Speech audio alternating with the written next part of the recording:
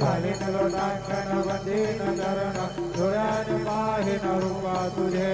प्रेमे आलिंगन आनंद गुजे पावे वाढीन मने राम त्वमेव माता च पिता त्वमेव त्वमेव बन्धुश्च सखा त्वमेव त्वमेव विद्या द्रव्यं त्वमेव त्वमेव सर्वं मम देव देव कायेन वाचा मनसेन्द्रियेण वा बुद्ध्यात्मना वा प्रकृतिस्वभावात् करोमि यत् सकलं परस्मै नारायणायति समर्पयामि अच्युतं केशवं रामनारायणं कृष्णदामोदरं वासुदेवं हरे श्रीधरं माधवं गोपिकावल्लभं जानकीनायकं रामचन्द्रं भजे हरे